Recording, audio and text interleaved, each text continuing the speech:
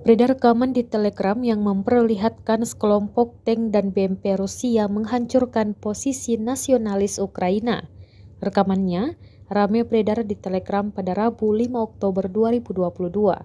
Dalam keterangan unggahan disebutkan, selama pertempuran BMP mundur karena kerusakan senjata macet, tetapi tank berhasil menutupi dan menghabisi nasionalis Ukraina.